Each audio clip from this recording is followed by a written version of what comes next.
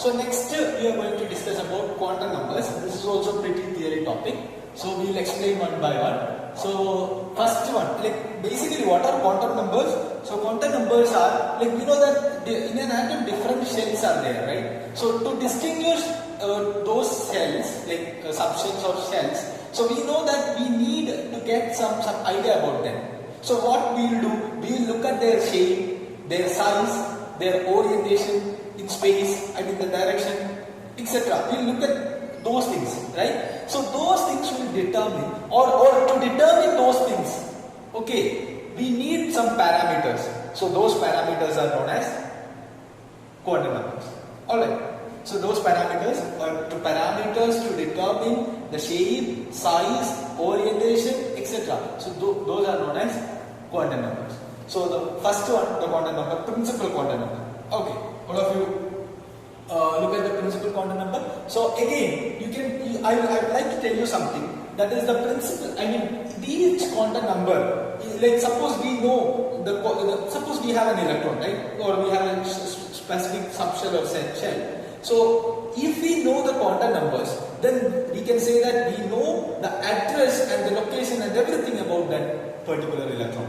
Okay, so those are quantum numbers. Alright, so again, first one, principal quantum number. So principal quantum number, which determines the energy level of the shell. Energy level of the shell in which the electron is present. Okay, so again, the energy shell, I can say that. And also what is Rn? Rn is the possible distance between the electron and the nucleus. Okay, suppose the electron is here, nucleus is there, that is Rn. So these Rn and En we have seen earlier, right? So we have seen these Rn and En earlier.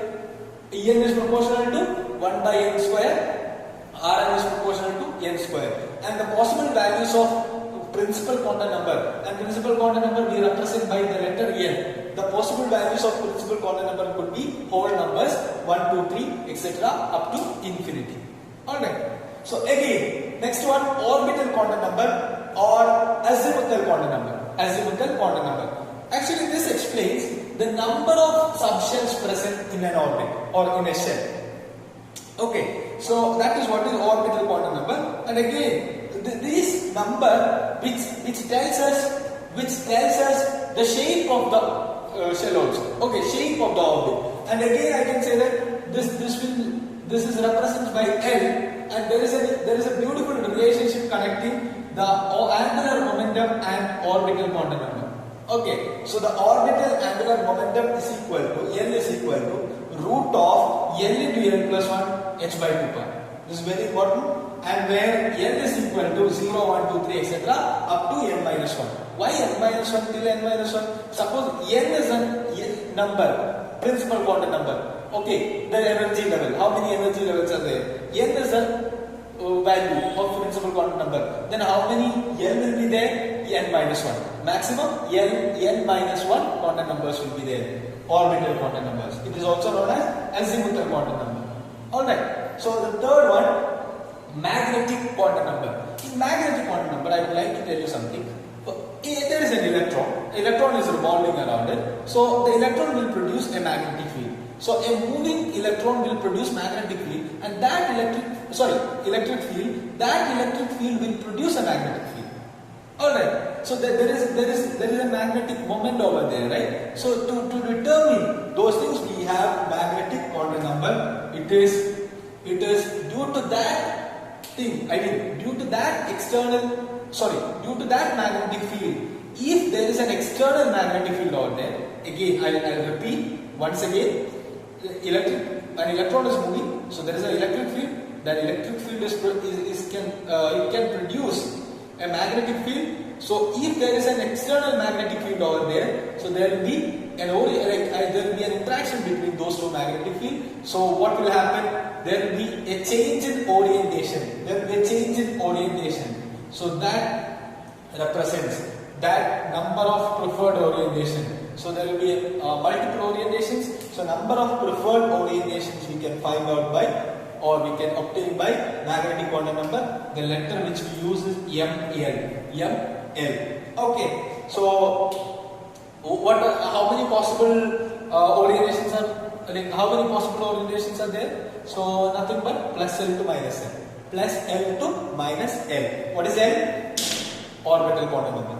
Again, so ML value, suppose if L is equal to 1, then ML value minus 1, 0, plus 1. So including 0. Including 0. You will take the value of from minus L to plus L, including 0. Okay. Then total value, listen. The total value will be 2L plus 1. How many total number of magnetic quantum numbers? Total magnetic quantum numbers 2L plus 1. Okay, 2L plus 1. Why? Because 2 minus L, suppose L is equal to 3.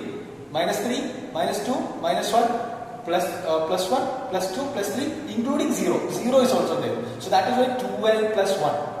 You got it? Okay. So, and finally, spin quantum number. Spin quantum number. So, spin quantum number is an electron in an atom is not only revolves around the nucleus, it spins also. Okay, so the electron is revolving, but it spins also. There is a spin over there also. Okay, so to determine the spin, we use spin or spin magnetic quantum number. Okay, so this is we represent by the letter ms. Okay, m small s. Okay, so the spin could be either in anti-clockwise direction or in clockwise direction. Okay, either in anti-clockwise direction or in clockwise direction. So ms could be minus r if his spin is up, then spin down plus r. Okay, so actually these quantum numbers, magnetic quantum numbers, it will help us to determine the magnetic properties of that particular atom. Okay, suppose the atom is in a particular shell, then we can I told you, we can find the address, the location, everything about that particular atom. Okay, it's alright. So that is all about quantum numbers, and quantum numbers and hydrogen spectrum. You can read it from the material. It is pretty easy, and we'll continue the discussion and we'll solve some problems.